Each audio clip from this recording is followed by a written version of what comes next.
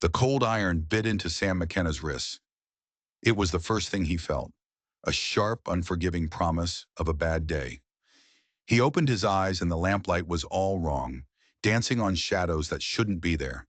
His own cabin, his own four walls, but twisted into something strange, something hostile.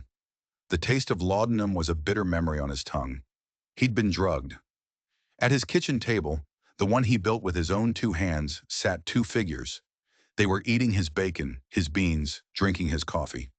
They moved with the easy confidence of predators who knew they owned the territory. The younger one, her skin was the color of warm honey, and her dark hair was a wild spill over her shoulders. Her sister, though, she was the danger. Older, harder, with eyes that could freeze a man's soul from 20 paces.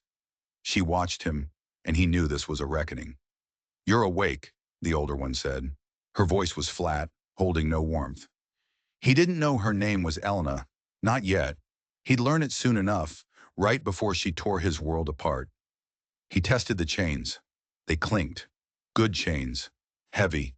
The same kind he'd bought to keep his gold safe from men just like them. The irony wasn't lost on him. "We know about the gold, Sam McKenna," Elena said. Her voice carried the weight of a judge, a jury, and an executioner all rolled into one. And in that moment, Sam knew his life, the quiet, lonely life he'd carved out of the Wyoming wilderness, was over. What happened next wasn't just about gold. It was about honor. It was about revenge. And it was about a secret their father died to protect. A secret that would get them all killed. 3 years. That's how long it had been. 3 years of talking to his horse and letting the loneliness seep into his bones. 3 years since he held his wife, Martha, as a fever stole the light from her eyes. 3 years had made Sam McKenna careless.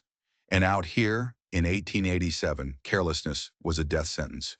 "Your father was my partner," he said, his voice raspy. He was testing the waters, trying to find solid ground in a world that had turned to quicksand. The chains let him sit up, but that was all. Diego Vasquez. He was a good man. "Don't!" The word cracked from Elena's lips like a whip. She shot to her feet, a tall, severe silhouette against the fire. She had the kind of curves that spoke of Spanish blood and hard miles, and the colt on her hip looked like it had grown there. "Don't you dare speak his name!" The younger sister, Rosa, moved from behind Elena. She was softer, where Elena was all sharp edges. Her dress was worn, stained with the dust of a long road, but it clung to her in a way that made Sam's mouth go dry. She couldn't be more than 19, but her eyes held the ghosts of 100 hard years.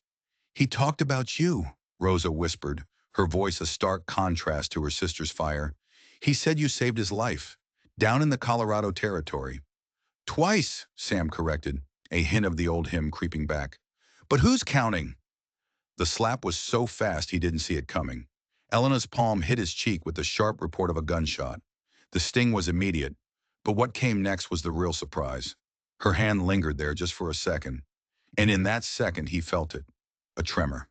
"You betrayed him," she breathed, her voice shaking with a rage so pure it was almost beautiful. "You took his gold. You let him die for it." Sam tasted his own blood. "Your father was stealing from the Denver Mining Consortium. 50,000 in raw gold, Elena. I wasn't betraying him. I was trying to save him from himself." "Liar!" "Check the desk," he said, his voice low and urgent. "The third drawer down. There's a letter in there. I wrote it to the territorial marshal 6 months ago." Rosa looked at her sister, a silent question passing between them. Elena gave a sharp nod. The girl moved to the desk, graceful as a cat. She found the letter. The wax seal was unbroken. She cracked it open, and her voice shook as she read the words aloud. "Marshal Stevens, Diego Vasquez is not the man you're hunting. He's being used by the Cordwinner gang. He's a good man caught in bad business. Give him a chance to testify." The paper slipped from Rose's fingers, fluttering to the floor like a dead leaf. The cabin was silent, except for the wind howling outside. "You never sent it," Elena said, the fire in her voice now just embers. "No," Sam admitted, his eyes locked on hers. "Because 3 days before I could mail it, your father showed up. He had a proposition. One last job. He said it would be enough. Enough to take his daughter somewhere safe. Somewhere the law could never find you. Elena slumped into her chair. The fight seemed to drain out of her, leaving behind a woman who looked far too young for the weight she carried. His last words, she said, her voice barely a whisper. He told us you betrayed him. Men say a lot of things when they're dying, Sam said, the words tasting like ash. Most of them are lies. Rosa knelt by his chair. She was so close he could smell the sage in her hair, the dust of the trail on her skin. Where's the gold, Sam? Her voice was like honey and whiskey, the kind of voice that could coax a confession from a dead man. Hidden, he said. Safe. From who? From everyone.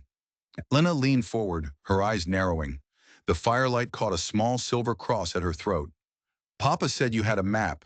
He said there was more gold. Confederate gold, buried in the mountains. A ghost of a smile touched Sam's lips. Your papa had a wild imagination. Did he? The way she asked, the intensity in her dark eyes, it sent a jolt through him. This wasn't just about a robbery. This was deeper.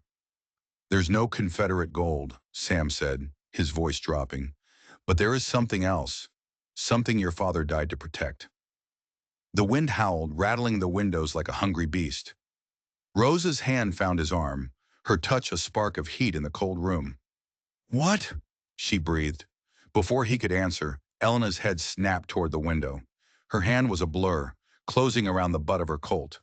Riders, she hissed, her voice tight as a wire. And they're coming fast?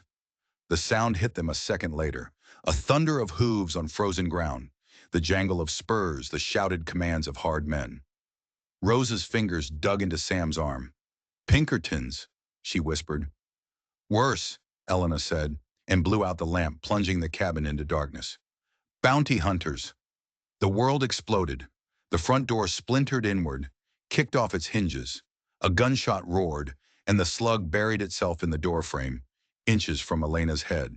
She was already moving, dragging Rosa down behind the heavy oak table. Sam had built that table to last. He prayed it was strong enough to stop a bullet. McKenna! The voice from outside was cold authority, the voice of a man used to taking what he wants. We know you're in there. Send out the Vasquez girls and we'll let you live. Sam rattled his chains against the iron bed frame, the sound loud in the sudden quiet. The key, he hissed at Rosa, his voice a low growl. Left pocket of my vest. She hesitated. In the flickering light of the muzzle flashes from outside, her eyes searched his face. She was looking for the lie, for the trap, for the same betrayal that got her father killed. Trust me, Sam said, and he was shocked to find that he meant it. Her fingers fumbled at his vest, her touch warm against his skin. It was a strange, dangerous intimacy in the middle of a gunfight. She found the key, her hand brushing against his ribs for just a moment too long. Elena, she whispered to her sister, I'm freeing him. Rosa, no. We fight together, Rosa said, her voice filled with a new, hard certainty. Or we die together. The lock clicked. The chains fell away with a sound like a prayer being answered. Sam was on his feet in an instant, rubbing his raw wrists. He reached under the bed, his hand closing around the familiar stock of his Winchester. He worked the lever, chambering around. 7 shots left, not nearly enough. How many of them? He asked Elena. 4, maybe 5. She was impossibly calm, her father's daughter to the core. They have us surrounded. No, Sam said, a grim smile touching his lips. They think they do. He moved to the back wall of the cabin, his bare feet silent on the wood floor.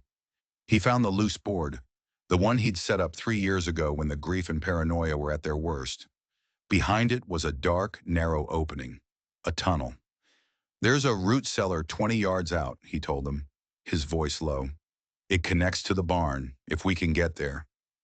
Another volley of bullets ripped through the cabin walls, showering them with splinters. The bounty hunters were losing their patience. The tunnel was tight, smelling of damp earth and old fear. Rosa was pressed against his back, her body soft and warm in the suffocating darkness. Elena followed close behind, her breathing steady, controlled. They came up into the biting cold behind the barn, just as the first snowflakes began to fall. Big, fat flakes that could either hide their tracks or give them away completely. There, Elena whispered, her voice a wisp of vapor in the frigid air. She pointed toward the cabin. A tall figure was silhouetted against the windows, a man in a long coat. Thomas Cord. He's been hunting us for 3 months. Sam knew the name. Cord was a killer for hire, a man with a reputation as cold and deadly as a Wyoming winter. The kind of man who enjoyed his work. He killed Papa, Rosa said. There was no grief in her voice. Just a flat, chilling certainty that made the hair on Sam's arms stand up. "You're sure?" Sam asked. "I watched him do it." Sam looked at her profile in the faint, snowy light, the soft line of her jaw, the determined set of her mouth. She was beautiful, yes, but it was the beauty of a freshly sharpened knife. "Then this is personal," he said. "Out here," Elena said, checking the loads in her pistol. "Everything is personal." The snow was coming down harder now, a swirling blizzard that cut visibility to near zero. They could hear the bounty hunters shouting, closing in on the cabin.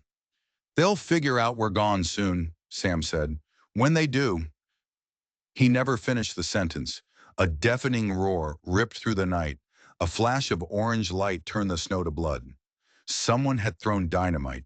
His cabin, his home for 15 years, the place where he'd loved and lost and grieved, erupted into a geyser of flame and splinters. The wave of heat washed over them, a furnace blast in the frozen night. Rosa gasped, her hand flying to her mouth. In the swirling chaos, her other hand found his, her small, strong fingers lacing with his. She was trembling. "I'm sorry," she whispered, her voice choked. "You're home." "Just wooden nails," Sam said, but the words caught in his throat. It wasn't just wood. It was the bed Martha died in, the chair he sat in every night, drinking himself numb, the last pieces of his old life, all gone, burned to ash. Elena put a hand on his shoulder. Her grip was firm, grounding him. "We'll make them pay." Sam looked at her then, really looked at her in the flickering, hellish light of his burning past. She was magnificent, a Valkyrie in the snow, her eyes promising both salvation and damnation. "No," he said, his voice raw. "We'll make them understand." "Burn the barn!" It was Cord's voice cutting through the howl of the storm. "They can't have gone far."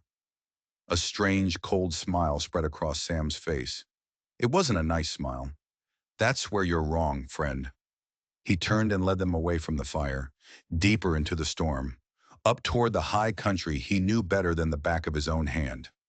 Behind them, his past was a funeral pyre. Ahead, a future was waiting to be written in gunpowder and blood. Rose's hand squeezed his, a silent promise in the dark.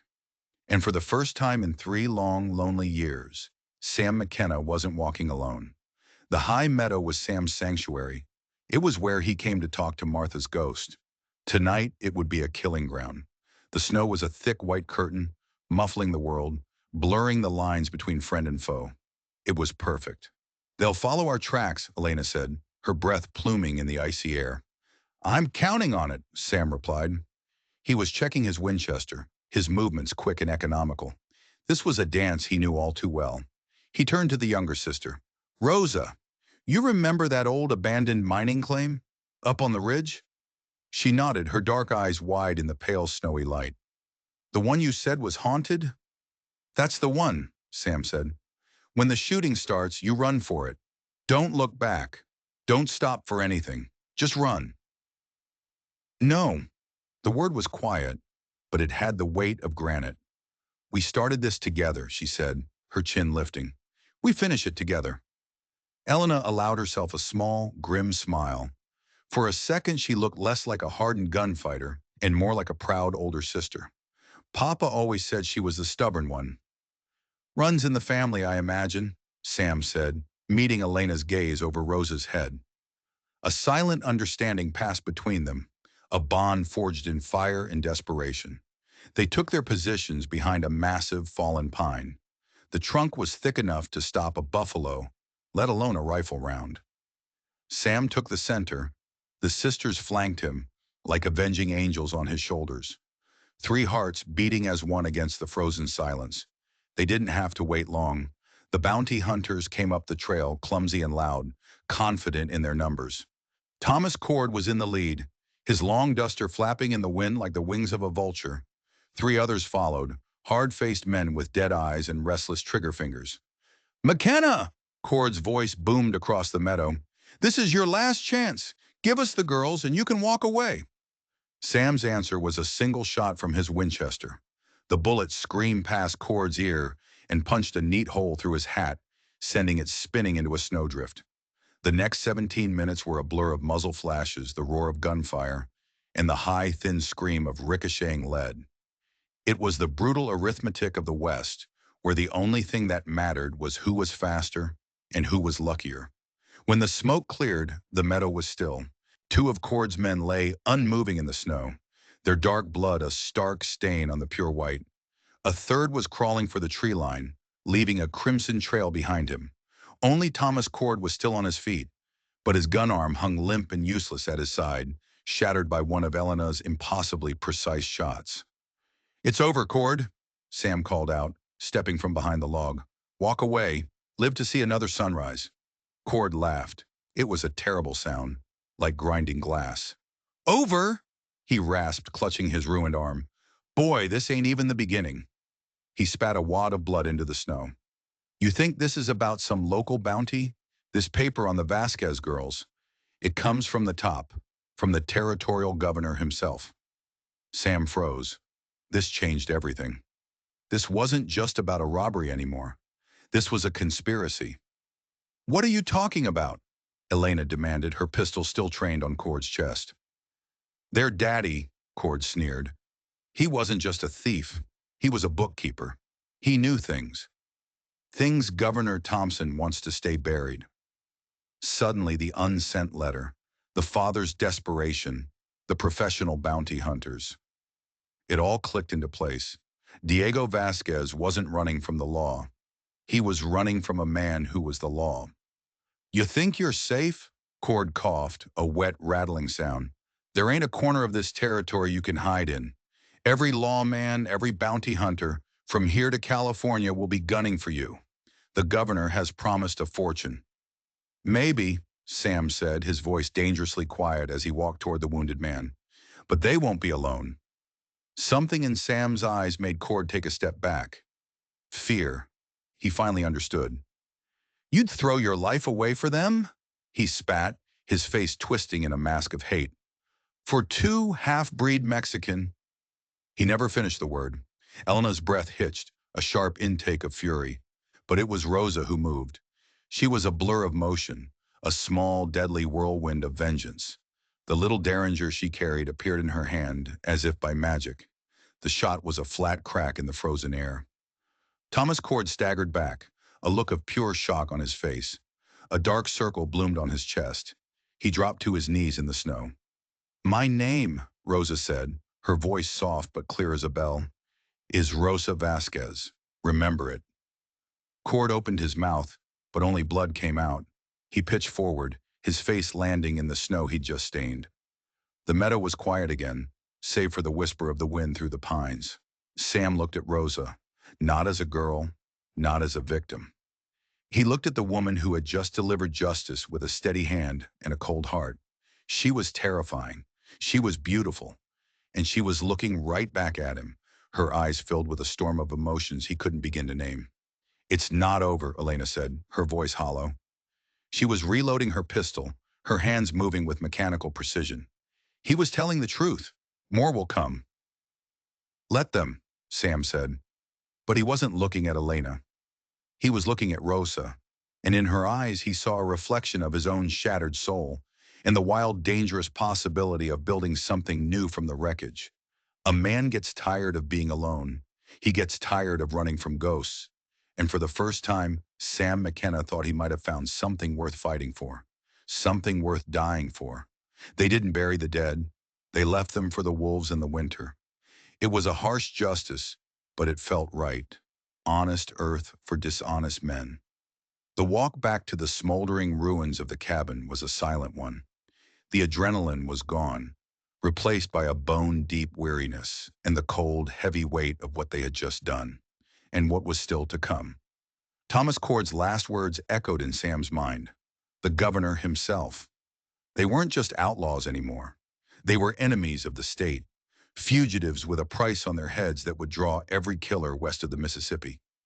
As they picked their way through the snow-choked trees, Rosa's small hand found its way into his. Her fingers were cold, but her grip was strong, a silent anchor in the storm. It felt as natural as breathing. "The gold," Elena said, breaking the silence. Her voice was practical, focused, always focused. "Where is it?"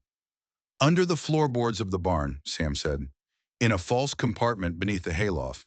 "The barn they were about to burn," Rosa whispered, her grip tightening on his hand. "They got distracted," Sam said grimly. They reached the clearing.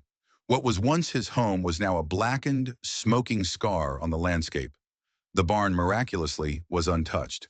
Just a few scorch marks where the flames had licked at its side. Inside, the air was thick with the smell of hay and livestock and cold leather.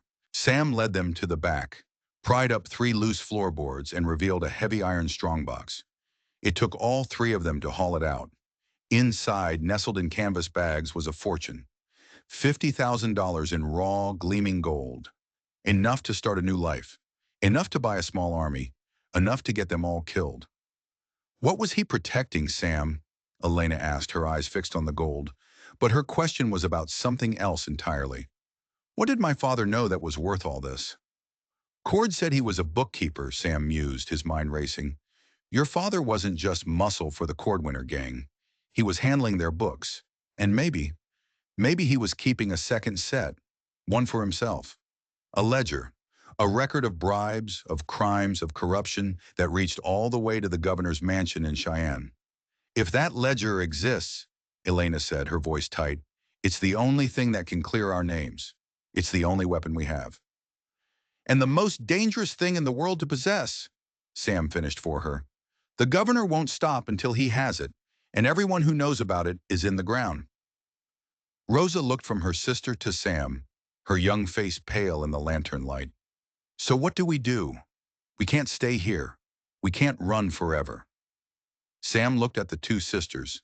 Elena, the fierce protector, her spine made of steel. Rosa, the quiet fire, with a strength she was only just beginning to understand. He looked at the gold, a heavy, glittering curse. He looked at the smoking ruins of his past. He had 2 choices. He could take a share of the gold and ride north, disappear into the Canadian wilderness, and live out his days as a ghost. Or he could stand and fight. For them. For the memory of their father. For a chance at something he thought he'd lost forever. A future. "We don't run," Sam said, the decision settling in his soul like solid bedrock. "We fight back." "How?" Elena asked. "It's us against the entire territorial government." "First," Sam said, closing the lid of the strongbox with a heavy thud, "we disappear. Then we find that ledger. And then," he looked at them, his eyes burning with a new purpose, "we go hunting." He was no longer just Sam McKenna, grieving hermit. He was something else now, something more dangerous.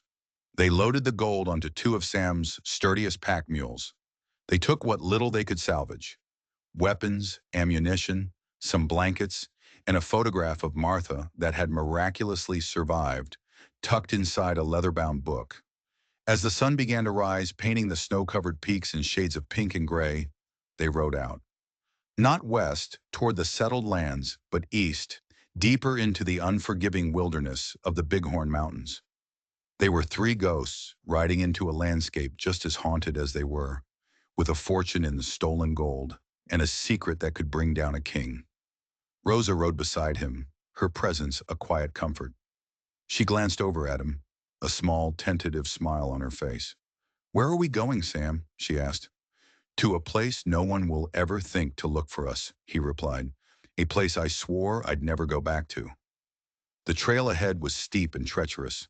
The winter was closing in, and somewhere behind them, the wolves were already gathering. But for the first time, Sam felt the stirrings of hope. It was a fragile, dangerous thing, but it was there. The future was an unwritten page, and they were riding straight into the heart of the storm to write it. The place Sam led them to was a line shack, tucked away in a high remote valley that was all but inaccessible in the winter. He'd built it with Martha, years ago, during their first summer in Wyoming, a place for dreaming. It had been abandoned for years, a shrine to a life that was gone. Returning felt like opening a wound. The cabin was small, sturdy, but filled with ghosts. Sam could almost see Martha by the hearth, hear her humming as she cooked. The pain was a physical thing, a punch to the gut. Rosa must have seen it on his face. She came and stood beside him, her shoulder brushing his. She didn't say anything. She just stood there, a silent, steady presence. Her quiet empathy was a greater comfort than any words could have been. Elena, ever practical, immediately set to work. She assessed their supplies, cleaned the rifles, and established a watch schedule. She was the general planning a war. They spent the first few days in a state of tense quiet, listening to the wind, jumping at the snap of every twig. They were trapped by the snow, but the isolation was also their shield. No one could track them here. For now, they were safe. "We need a plan," Elena said one evening as they sat by the fire. The flames cast dancing shadows on the rough-hewn walls. The ledger. Where would Papa have hidden it? "He was smart," Rosa said softly, staring into the fire. "And he was scared. He wouldn't have kept it with him. He would have put it somewhere safe, somewhere no one would ever look." Sam thought back to his conversations with Diego. The man was a talker, a storyteller. He spoke of his past in Mexico, of his journey north, of his dreams for his daughters. But he was also secretive, with a darkness in his eyes that spoke of a life lived on the run. "He mentioned a mission," Sam said slowly, an old memory surfacing. "San Esteban, an old abandoned Spanish mission south of the border. He said he spent time there when he first came to the States. Said it was a place where secrets could sleep forever." Elena's eyes lit up with a fierce intelligence. "Of course, it's perfect. No one in Wyoming would think to look for it in Mexico." "It's a long way," Sam warned, "and dangerous. The territory between here and there is filled with men who would kill us for our horses, let alone the gold we're carrying." "We have no choice," Elena said. "It's our only move." But as the days turned into weeks, trapped in the snowbound valley, a new tension began to grow. It wasn't from the fear of being found. It was from within the cabin itself. The tight quarters, the shared danger. It created a strange intimacy. Sam found himself watching Rosa, the way she moved, the way she smiled, the way her eyes would find his across the small room. There was a connection there, a spark that was growing brighter and more dangerous every day. And Elena saw it too. He would catch her watching them, her face an unreadable mask, but her eyes holding a complex mix of emotions: protectiveness, jealousy, fear. One afternoon while Rosa was outside gathering firewood, Elena cornered him. "She's just a girl, Sam," she said, her voice low and sharp. "She's a woman, Elena. She's stronger than you think." "She's been through too much," Elena countered, her hands clenched at her sides. "She's vulnerable. Don't mistake her gratitude for something else." "I'm not," Sam said, his own voice hardening. "And what I feel for her is none of your business." "Everything that happens in this cabin is my business," she shot back. "Our survival depends on us staying focused, on trusting each other. A foolish romance will get us all killed." "Is that what you're worried about?" Sam asked, stepping closer. "Our survival? Or are you afraid of being left behind?" The slap was just as sharp as the first one, back in his cabin.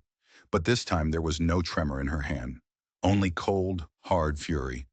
"Stay away from my sister," she hissed and stormed out of the cabin into the swirling snow. That night the tension was a thick, suffocating blanket. Rosa seemed oblivious, humming a soft Spanish lullaby as she mended a tear in Sam's shirt. But the silent war between Sam and Elena raged across the small space. Later, as he lay in his bunk, feigning sleep, he heard the sisters talking in hushed Spanish. He only caught a few words: peligroso, dangerous; corazon, heart; sola, alone. He was tearing them apart. The bond that had kept them alive was fracturing because of him. Elena was right. This was a distraction they couldn't afford. He had to end it. For their sake. For Rosa's. The next morning he was cold and distant with her. He avoided her eyes, answered her questions with curt, single words. He saw the confusion and hurt in her face, and it felt like a knife in his own gut. He was trying to protect her, but it felt like a betrayal. As the first signs of the spring thaw began to appear, melting the snow that had been their prison and their shield, Sam knew they had to leave. The mountain passes would soon be open, and Governor Thompson's hunters would be on the move. They packed in silence, the unspoken tension a heavy weight between the three of them. The easy camaraderie of their escape was gone, replaced by a strained, fragile truce. They were a powder keg, and the trail to Mexico was a long, slow-burning fuse. As they rode out of the valley, leaving the little cabin of ghosts behind, Rosa pulled her horse up alongside his. "Did I do something wrong, Sam?" she asked, her voice small. He couldn't bring himself to look at her. "No, we just need to focus on the mission. That's all." "I see," she said, though it was clear she didn't. She fell back, riding beside her sister, leaving Sam to ride alone with his own ghosts. He had made his choice. He had chosen the mission over the woman. He just prayed it was the right one. Because if they failed, they would all pay the price, and he would have pushed away the only warmth he'd felt in 3 years for nothing. The journey south was a descent into hell. They traded the pristine snow of the mountains for the dust-choked plains of the Southern Territory. The days were blistering hot, the nights were freezing cold. Every town they passed was a risk, every stranger a potential threat. The bounty on their heads, they soon discovered, had been doubled. Governor Thompson was getting desperate.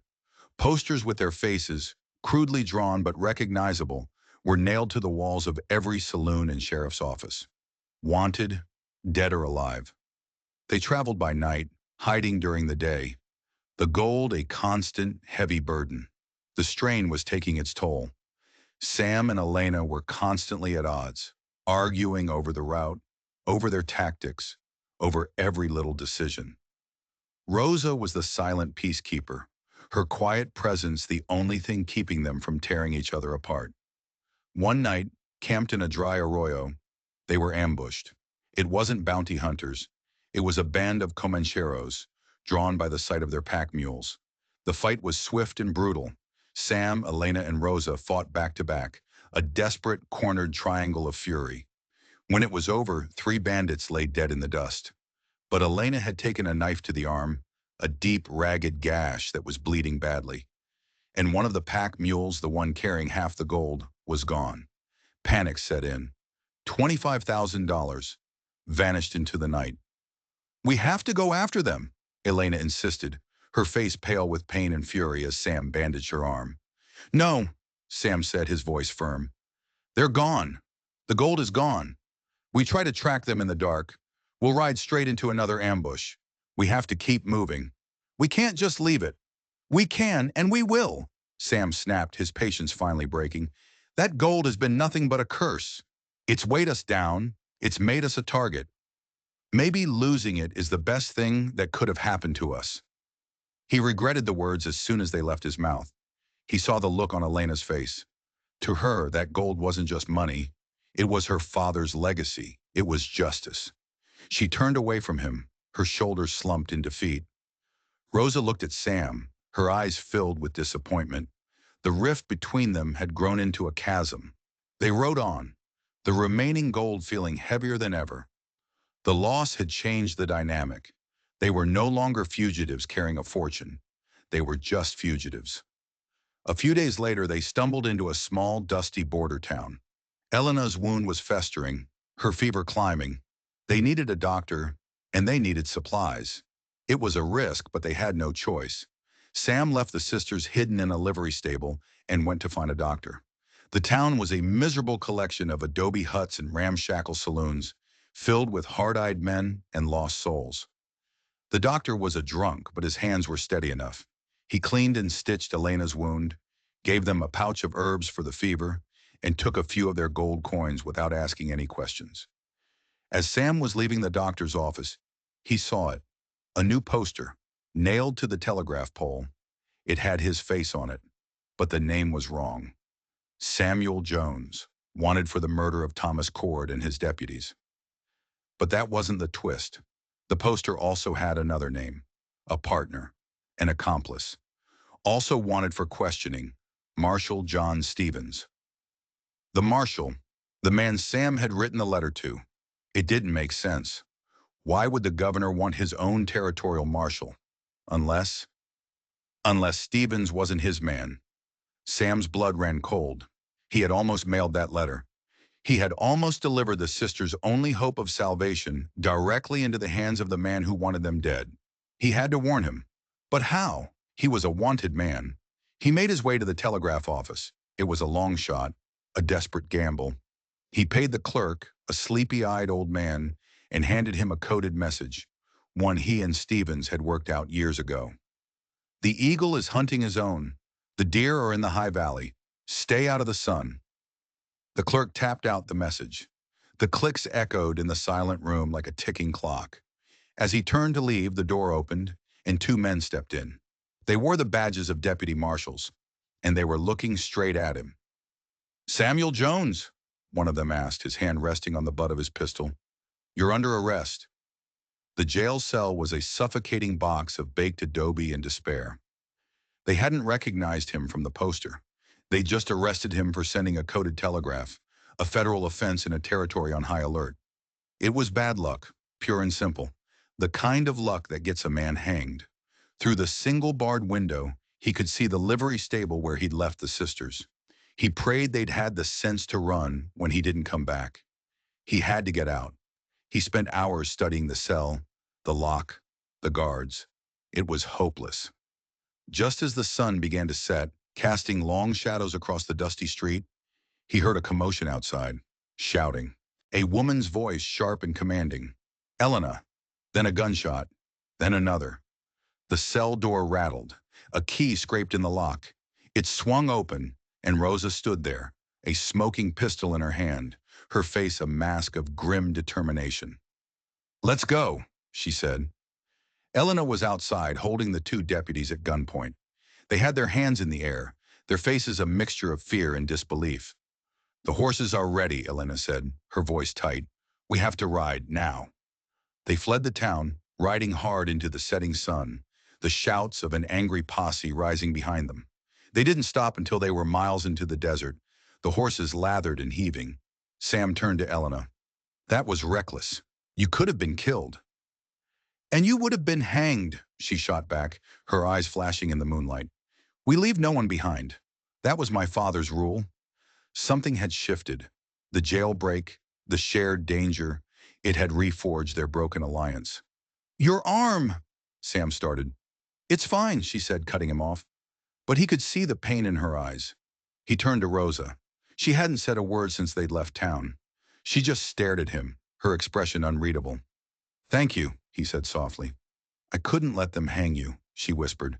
"Elena is right. We leave no one behind." But there was something else in her voice, a question, a doubt. The next day as they rode, she finally asked it. "The telegraph office, Sam. Who were you messaging?" He hesitated. Telling them about Stevens was a risk. It could give them false hope. It could be another trap. But he owed them the truth. He told them everything. About the letter he never sent. About the marshal being a good man. About the new wanted poster. "So the marshal, he might help us?" Rosa asked, a flicker of hope in her voice. "I don't know," Sam admitted. "If he got my message, he knows he's in danger. He might be on the run himself. He might be dead. Or he might think we're the ones who set him up." "So we're still alone," Elena said, her voice flat. "Yes," Sam said. "We're still alone." That night, the mood in the camp was somber. Their one potential ally was a ghost, a question mark. The mission in Mexico felt more desperate than ever. As Sam sat cleaning his rifle, Rosa came and sat beside him. "I was wrong," she said quietly. "About what?" "To doubt you," she said, not looking at him. "Back in the mountains, I thought you were pushing me away. I thought it didn't matter. But I see now. You were trying to protect us, to keep us focused." She finally looked at him, her dark eyes searching his. "Elena thinks love is a weakness, a distraction. I don't. I think it's the only thing that makes any of this worth fighting for." Before he could respond, she leaned in and kissed him. It wasn't a soft, gentle kiss. It was desperate and fierce and filled with all the fear and hope and uncertainty of their journey. It was the kiss of a woman who had nothing left to lose. When she pulled away, she just looked at him for a long moment. Then she stood up and walked back to her bedroll without another word. Sam sat there stunned, the feeling of her lips still burning on his. Across the campfire, Elena was watching them. Her face was in shadow, but he could feel the weight of her gaze. It wasn't angry, it was something else. Something that looked an awful lot like sorrow. They crossed the border into Mexico under a full moon, three weary ghosts slipping through the porous line between one world and another. The air changed. It smelled of dust and foreign spices, of wood smoke and old blood. The mission of San Esteban was a ruin, a skeleton of sun-bleached adobe crumbling back into the desert. It stood alone on a high mesa, a monument to a forgotten faith. It was also the perfect hiding place. They spent a day searching, the old chapel, the bell tower, the priest's quarters. They found nothing but dust and scorpions. Hope began to fade, turning to the bitter taste of despair. "Maybe you were wrong," Elena said, her voice heavy with exhaustion as they stood in the middle of the courtyard.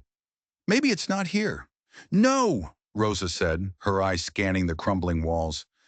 "Papa wouldn't have lied. It has to be here." She walked over to the old baptismal font, a heavy stone basin in the center of the courtyard. She ran her hand over the carved surface. "He told me stories about this place. He said this font was where new lives began."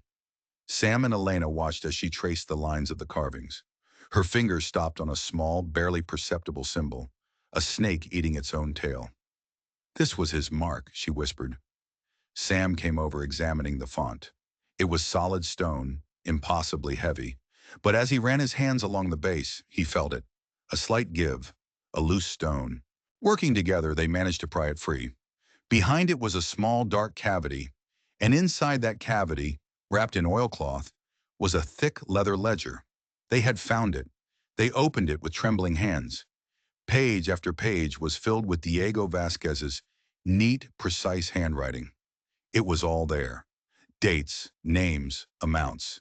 A detailed record of Governor Thompson's criminal enterprise, bribes to judges, illegal land grabs from Mexican ranchers, protection money from gangs.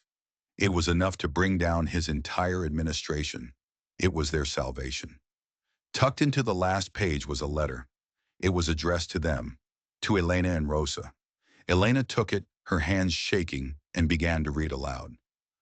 "My dearest daughters," she read, her voice cracking. "If you are reading this, then I am gone, and the monster I worked for has shown his true face. I am not proud of the man I became. I did terrible things, but everything I did to keep you safe. This ledger is my confession and my revenge. There is another man you must trust, Sam McKenna. He is a good man, better than I. He tried to save me from myself. Trust him. He will help you see justice done. I have one last secret, the gold I took. It was not from the Denver Consortium. That was a lie to fool the governor. The gold is from one of Thompson's own illegal mines. It is blood money. It is poison. Use it to destroy him. Let that be my final legacy." Tears were streaming down Elena's face as she finished reading. She looked at Sam, her eyes filled with 1,000 apologies. "He knew," she whispered. "All this time, he knew you were innocent." Rosa was weeping silently, clutching the letter to her chest. Their father hadn't been a simple thief. He'd been playing a long, dangerous game, a game he had ultimately lost, but not before leaving them the weapon they needed to win the war. Sam looked at the ledger. This was it. The proof. The key. "What now?" Rosa asked, wiping her eyes. "Now," Sam said, his voice hard as iron, "we take the fight to him." But as he spoke, he heard a sound, a faint clink of metal on stone, carried on the wind from the trail leading up to the mesa. He peered over the crumbling wall of the courtyard, and his blood turned to ice. Riding up the trail was a single figure, a man in the dusty uniform of a territorial marshal. And he was not alone. Behind him was a posse of at least 20 men, the hard-faced killers who worked as the governor's private army. The man in the lead raised a hand, and the posse halted. He dismounted and walked toward the mission entrance alone. "Sam McKenna," he called out, his voice echoing in the ruins. "I know you're in here. My name is Marshal John Stevens. I got your message." It was him, Stevens. He was alive. But was he a friend, or was he the final trap? Sam, Elena, and Rosa were hidden behind the altar of the ruined chapel, their guns trained on the entrance. The ledger was tucked safely inside Sam's shirt, a heavy weight against his heart. "It could be a trick," Elena whispered, her knuckles white on her pistol. "I don't think so," Sam said, his eyes on the lone figure of the marshal. "He came in alone. He's giving us a chance." "A chance to do what?" "To trust someone," Sam said. He looked at the sisters. "Stay here. Cover me." Before they could protest, he stood up and walked out into the sunlight. Marshal Stevens stood 20 yards away, his hands held up away from his gun. He was a tall, weathered man with honest eyes. Sam had known him for 10 years. He'd never known him to lie. "Sam," Stevens said, his voice filled with relief. "I was afraid I was too late." "You almost were, John," Sam said, his Winchester held loosely at his side. "Those men with you, they don't look like your usual deputies." Stevens glanced back at the posse. "They're not. They're the governor's hounds. I've been leading them on a wild goose chase for the last week, ever since I got your wire. They think we're here to arrest you. They don't know I'm here to join you." A wave of relief washed over Sam. "So you know." "I've known for months," Stevens said, his face grim. "Thompson is rotten to the core. I've been building a case against him, but I've been missing the one thing I need. Hard proof. A witness who will testify. Diego Vasquez was going to be that witness." "He's dead," Sam said. "Thompson's man, Cord, killed him." "I know, but he left something behind, didn't he? That's what this is all about. A ledger." The sisters emerged from the chapel then, their guns still ready. "We have it," Elena said, her eyes narrowed, still not fully trusting. "Thank God," Stevens breathed. "With that ledger and my testimony, we can go to the federal judge in Denver. We can bypass Thompson's crooked courts. We can end this."